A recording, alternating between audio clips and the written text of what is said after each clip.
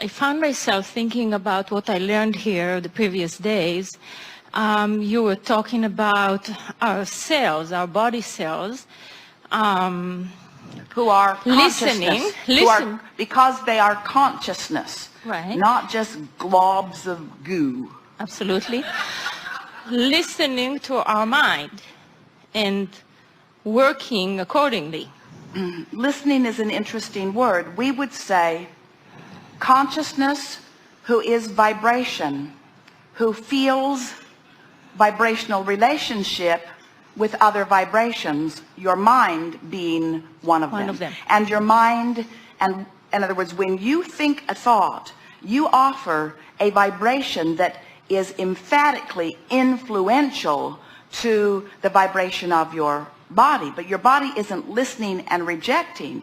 Your body is just in the proximity of it and benefiting by the vibration or not, being lifted and buoyed by it, by being allowed by it, or being hindered by it. That's the best way of saying it. And so rather than listening, let's use the word, my cells are vibrational consciousness who are being affected by the tuning of the vibration of my mind.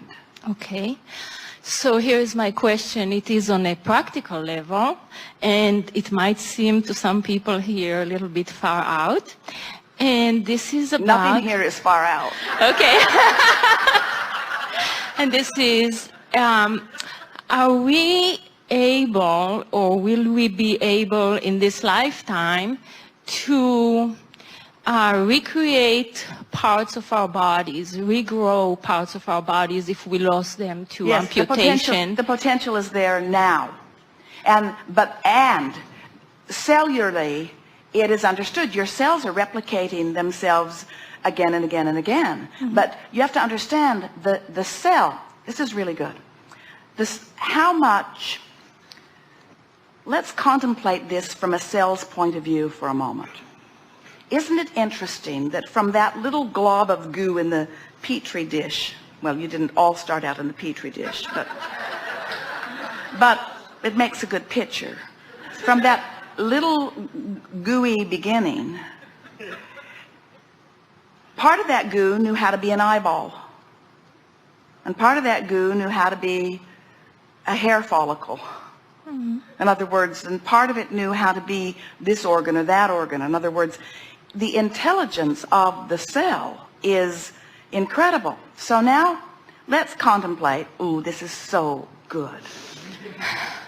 Do you think that there are eyeball cells and fingernail cells and heart cells?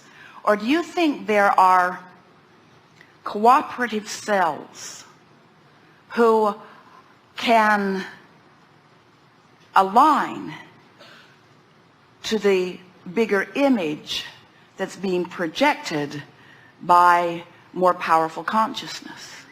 Absolutely, yes. So what is that more powerful consciousness? Well, in your time-space reality, what you call reality, that you can see and hear and smell and taste and touch, is this collective agreement for the most part. In other words, the reason you call reality reality, and the reason that the scientists have it so slow going, is because they're not willing to contemplate far from the reality that already exists. But that's all right. That's why the evolution of all species is sort of slow, is because what you are focused upon sort of causes a cementing of your expectation, so that it continues to be the same. And so we've been saying for a long time that people don't grow new arms or extra sets of... Esther would if she could. She would like at least 2 more arms frequently. It would be very handy. Yes. A baby was born not long ago with 3 arms, and they amputated one, and Esther said, no, no. But the reason that people aren't doing it is simply because it is not believed to be possible. So that broader mind is hindering the potential or not encouraging the potential. That's right. So there is this broadest of minds, which is the whole of you that existed in the non-physical before you came forth into this body, that was projecting this very powerful intention that the cells of your body, even while they were forming in the womb of your mother, were learning much of their behavior from the non-physical, yes, but the intention or belief or understanding of the mother. And that's all just fine. In fact, it's really wonderful, because it's nice to have this nest in which to be born.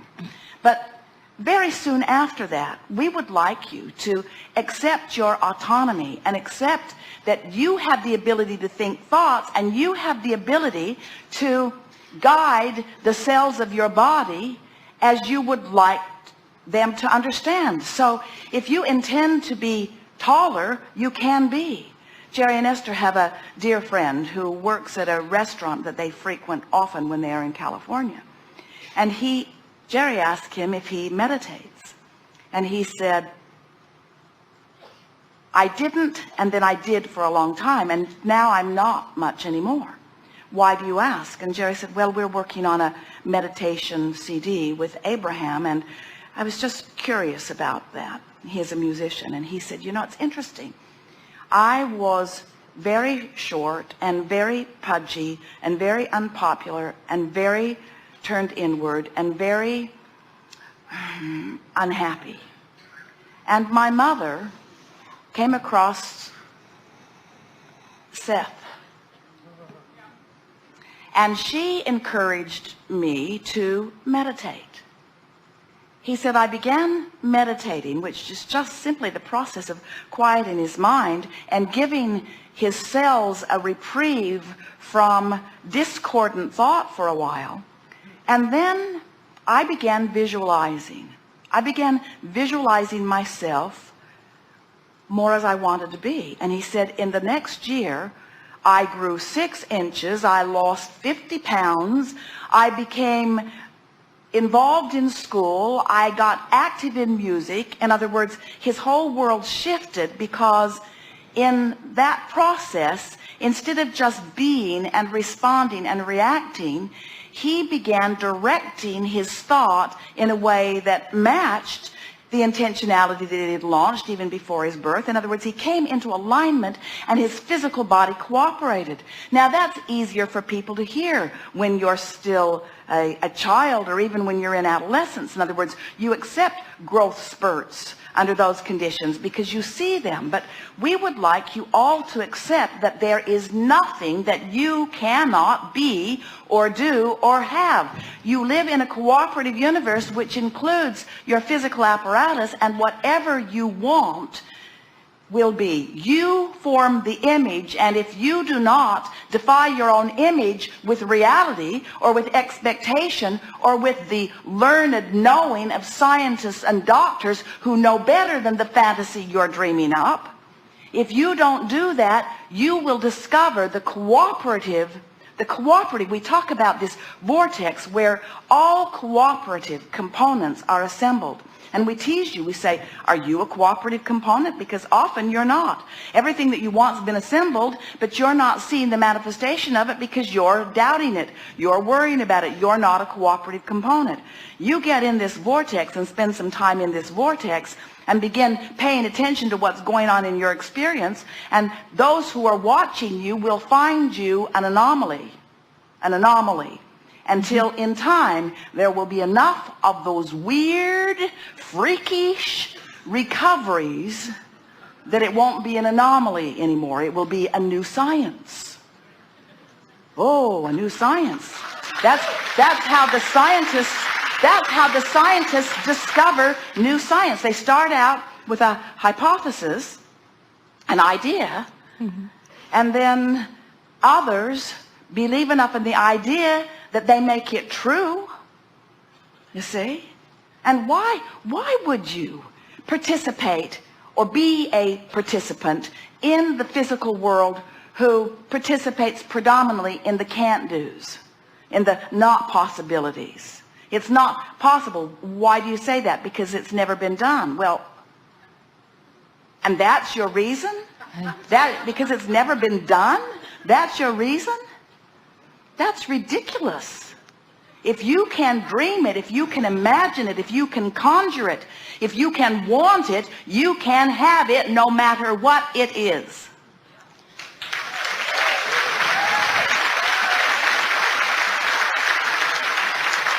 But what limits you, what holds you back, is the very first thing that you said to us when you used the word weird.